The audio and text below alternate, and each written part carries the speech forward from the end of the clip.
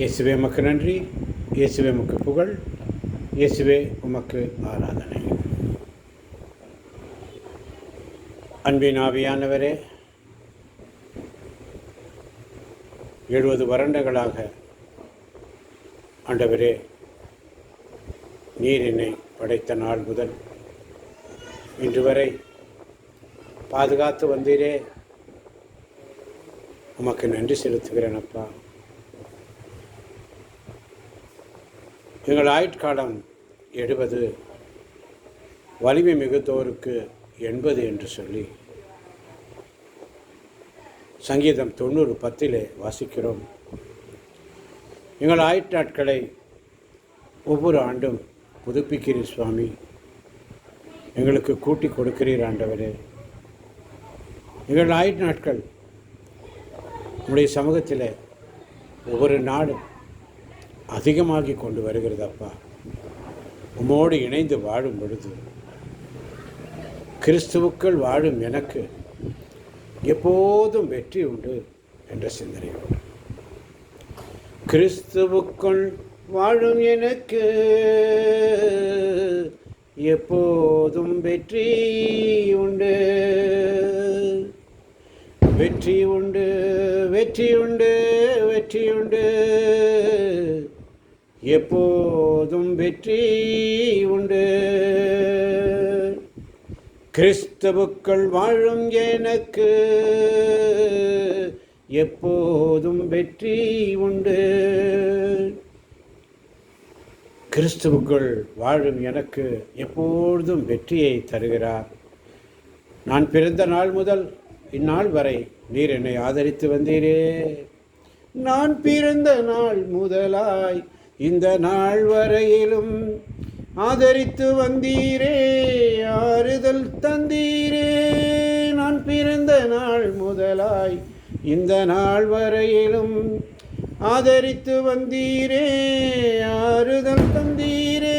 எப்படி சொல்வேன், எப்படி சொல்வேன் எல்லாவற்றையும் நீர் செய்ததே. 1, 2, 3 என்று சொல்ல முடியாதே. கிறிஸ்துவுக்குள் வாழும் எனக்கு 2 கொரிந்தியர் 2ஆம் அதிகாரம் 14ஆம் வசனத்தை வாசிக்கும் பொழுது, கிறிஸ்துவால் கிடைக்கும் வெற்றி நிறைந்த வாழ்க்கை, கிறிஸ்துவோடு இணைந்து வாழும் எங்களை கடவுள் கிறிஸ்துவின் வெற்றி பவனையில் பங்கு கொள்ள செய்து எங்கள் வழியாய் தம்மை பற்றி யாவரும் அறிய செய்கின்றார். இவ்வறிவு நறுமணம் போல் எங்கும் பரவுகிறது. இவ்வாறு செய்யும் கடவுளுக்கே நன்றி உரித்தாகுக என்று சொல்லி, கிறிஸ்துவுக்குள் வாழும் எனக்கு எப்போதும் வெற்றி உண்டு, வெற்றி உண்டு, வெற்றி உண்டு, வெற்றி உண்டு, வெற்றி உண்டு, வெற்றி உண்டு. என்னென்ன துன்பம் வந்தாலும் நான் கலங்கிடவே மாட்டேன். என்னென்ன துன்பம் வந்தாலும் நான் கலங்கிடவே மாட்டேன். யார் என்ன சொன்னாலும்,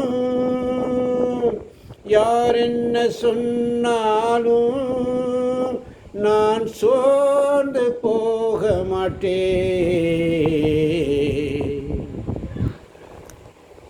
கொரிந்தியருக்கு எழுதிய 2ஆம் திருமுகம்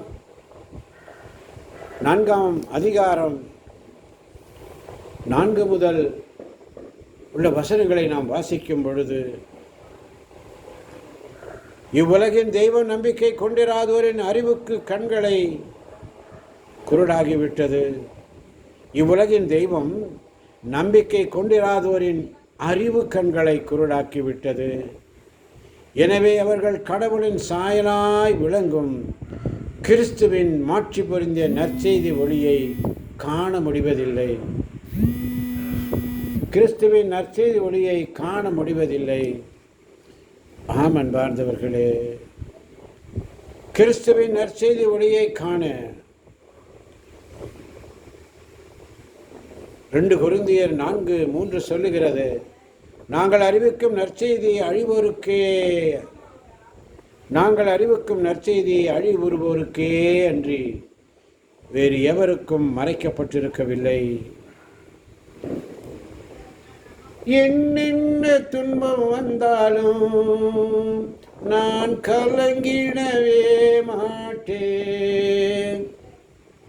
யார் என்ன சொன்னாலும் நான் சோர்ந்து போக மாட்டேன். 8ஆம் வசனம் இப்படியாக சொல்லுகிறது, நாங்கள் எல்லா சூழ்நிலைகளிலும் இன்னலுற்றாலும் மனமுடைந்து போவதில்லை, குழப்பமுற்றாலும் நம்பிக்கை இழப்பதில்லை, துன்புறுத்தப்பட்டாலும் கைவிடப்படுவதில்லை, வீழ்த்தப்பட்டாலும் அழிந்து போவதில்லை. வீழ்த்தப்பட்டாலும் நாங்கள் அழியாத மக்களாய் இருக்கிறோம். என்னென்ன துன்பம் வந்தாலும் நான் கலங்கிடவே மாட்டேன். யார் என்ன சொன்னாலும்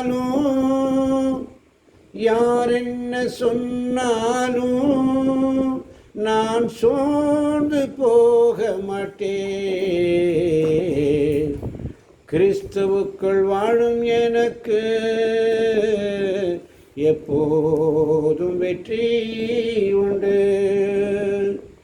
2 கொரிந்தியர் 4:16 வாசித்து பாருங்கள்.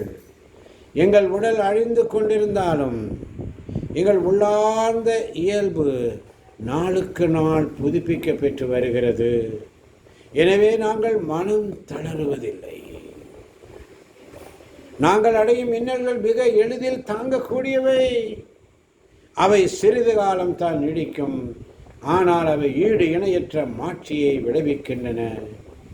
அம்மாட்சி என்றென்றும் நிலைத்திருக்கும் என்ற சிந்தனையோடு என்னென்ன துன்பம் வந்தாலும் நான் கலங்கிடவே மாட்டேன்.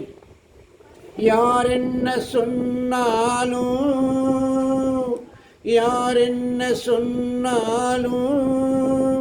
நான் சோர்ந்து போக மாட்டேன். கிறிஸ்துவுக்குள் வாழும் எனக்கு எப்போதும் வெற்றி உண்டு. கொலோசியருக்கு எழுதிய திருமுகம் 2ஆம் அதிகாரம் 15ஆம் வசனம் மிக அழகாக சொல்லுகிறது,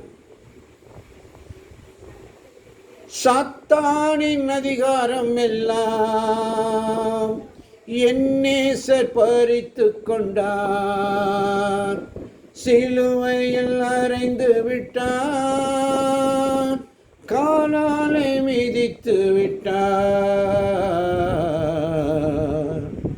கொலோசியர் 2:15 வாசித்து பாருங்கள்.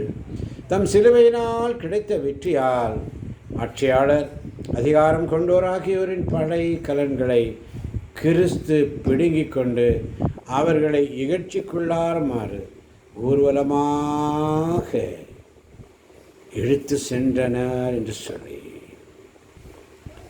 தம் சிலுவையினால் கிடைத்த வெற்றியால் ஆட்சியாளர் அதிகாரம் கொண்டோர் ஆகியோரின் படை கலன்களை கிறிஸ்து பிடுங்கிக் கொண்டு அவர்களை இகழ்ச்சிக்குள்ளாக்குமாறு ஊர்வலமாக இழுத்து சென்றார் என்று சொல்லி, சாத்தானின் அதிகாரம் எல்லாம் என் நேசர் பறித்து கொண்டார், சிலுவையில் அறைந்து விட்டார், காலாலை மிதித்து விட்டார். கிறிஸ்துவுக்குள் வாழும் எனக்கு எப்போதும் வெற்றி உண்டு. கிறிஸ்துவுக்குள் வாழும் எனக்கு எப்போதும் வெற்றி உண்டு. எனவே கொலோசியர் 2ஆம் அதிகாரம் 6-7 வசனத்தை வாசிக்கும் பொழுது கிறிஸ்துவால் வரும் நிறை வாழ்வு கிறிஸ்து இயேசுவை ஆண்டவராக ஏற்றுக்கொண்டீர்கள், அவரோடு இணைந்து வாழுங்கள். அவரில் வேரூன்றியவர்களாகவும் அவர் மீது கட்டி எழுப்பப்பட்டவர்களாகவும் இருங்கள். நீங்கள் கற்றுக்கொண்ட விசுவாசத்தில் உறுதியாக நில்லுங்கள், நன்றி மிக்கவர்களாய் திகழுங்கள் என்று சொல்லி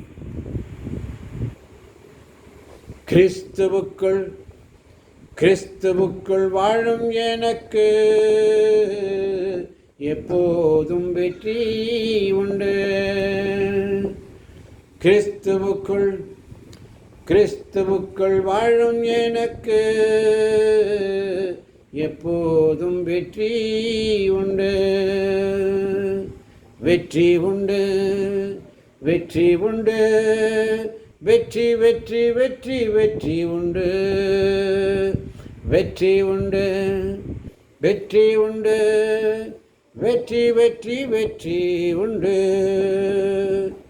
கிறிஸ்துவுக்குள் வாழும் எனக்கு எப்போதும் வெற்றி உண்டு. தெசலோனியருக்கு எழுதிய முதல் திருமுகத்திலே 2ஆம் அதிகாரம் 9ஆம் வசனத்தை வாசித்து பாருங்கள். அன்பர்களே, நாங்கள் எவ்வாறு பாடுபட்டு உழைத்தோம் என்பதை நினைத்து பாருங்கள்.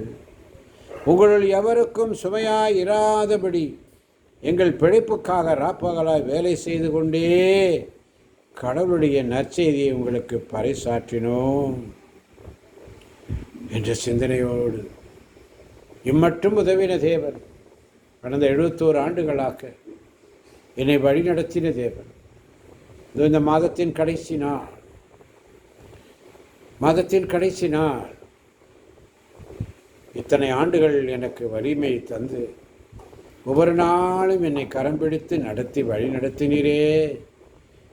ராப்பகலாய் என்னை சுமந்தீரே.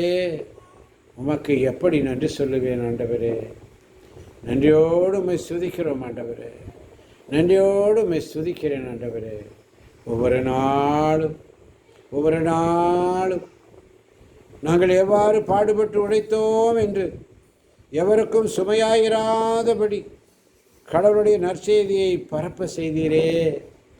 கொடையாக பெற்றீர்கள், கொடையாக கொடுங்கள் என்று சொல்லி நீர் எங்களை ஆசீர்வதித்து கொடுத்த வார்த்தையின்படி இதோ கொடையாக பெற்றோம்.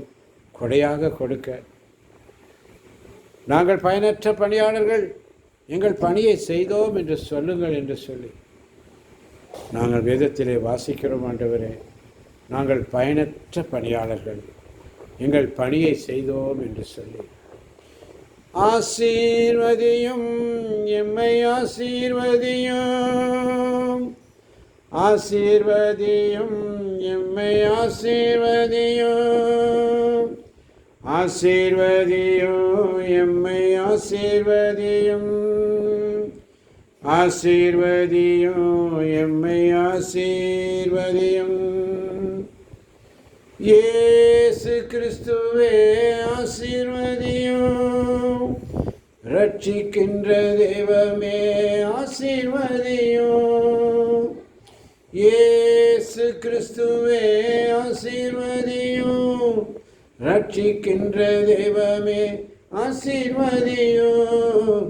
ஆசீர்வதியும், எம்மை ஆசீர்வதியும், ஆசீர்வதியும், எம்மை ஆசீர்வதியும், ஆசீர்வதியும், எம்மை ஆசீர்வதியும், ஆசீர்வதியும், எம்மை ஆசீர்வதியும். இம்மட்டும் ஆசீர்வதித்த தேவன் இனியும் ஆசீர்வதிக்கப் போவதற்காய் நன்றி ஆண்டவரே.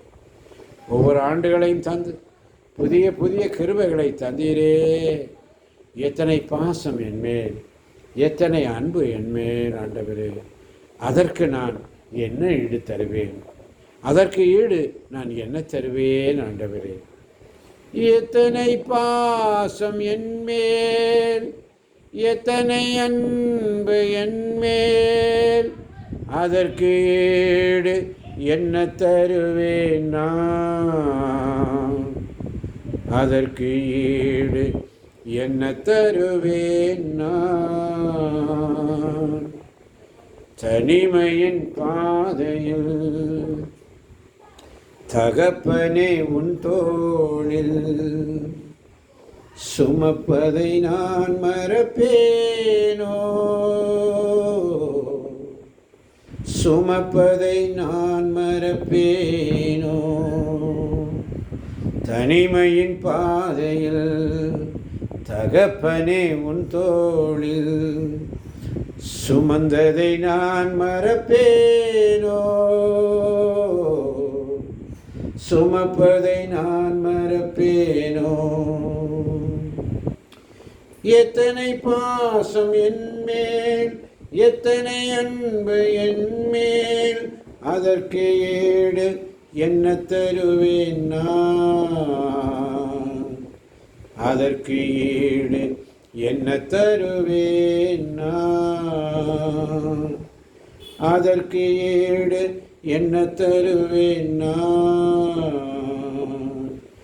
அதற்கு ஈடு என்ன தருவேன் நான்?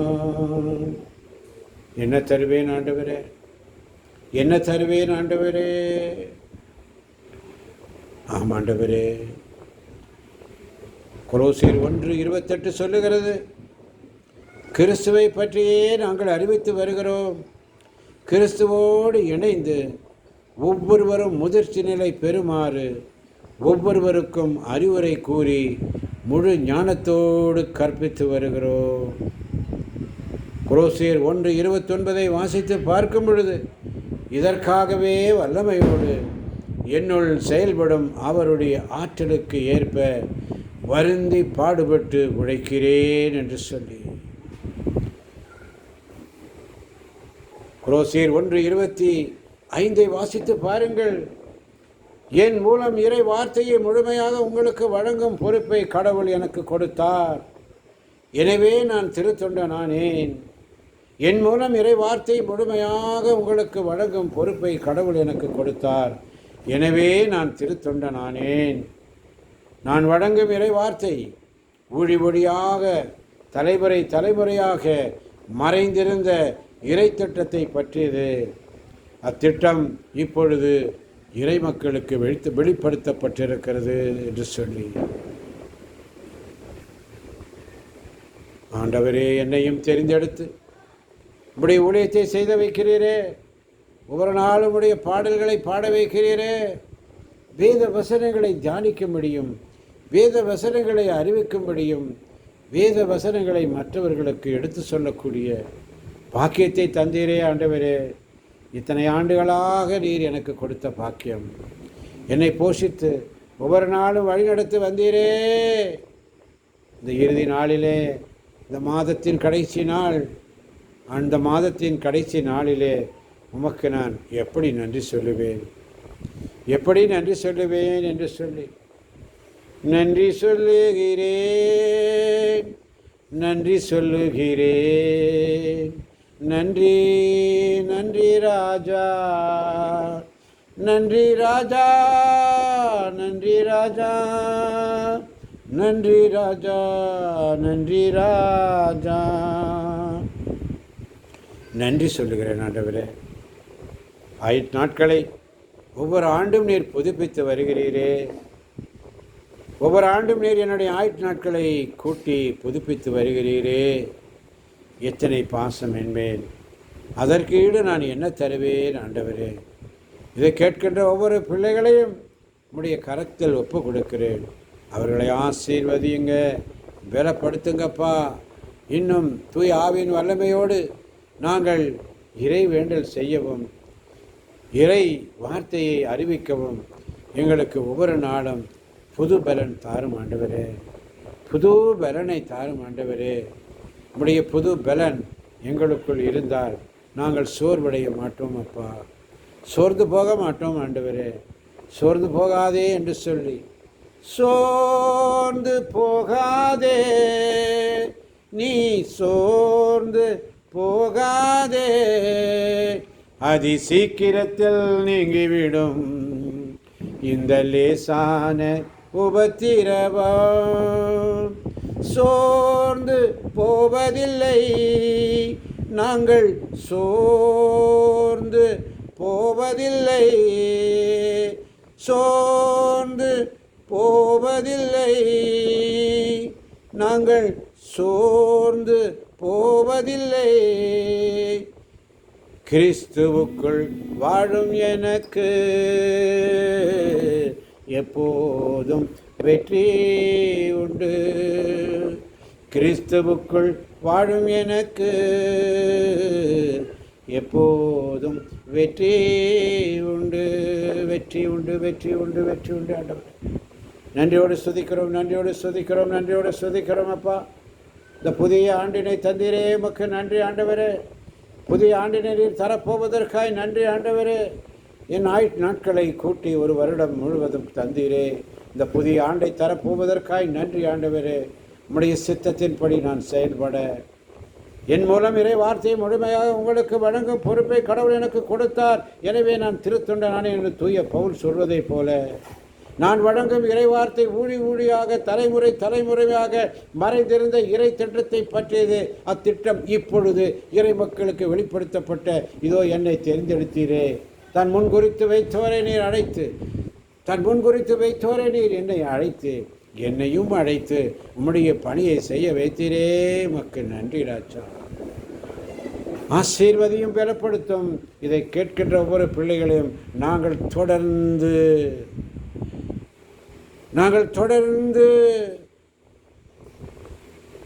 கொலோசியர் 2ஆம் அதிகாரம் 7ஆம் வசனம், கிறிஸ்துவோடு இணைந்து கிறிஸ்து இயேசுவை ஆண்டவராய் ஏற்றுக்கொண்டு அவரோடு இணைந்து அவரில் வேரூன்றியவர்களாகவும் அவர் மீது கட்டி எழுப்பப்பட்டவர்களாகவும் இருக்கும்படி நாங்கள் கற்றுக்கொண்ட விசுவாசத்தில் உறுதியாக நிற்கும்படி நன்றி மிக்கவர்களாக திகழும்படி நீர் எங்களை ஒவ்வொரு நாளும் வழிநடத்துவதற்காய் நன்றி ஆண்டவரே.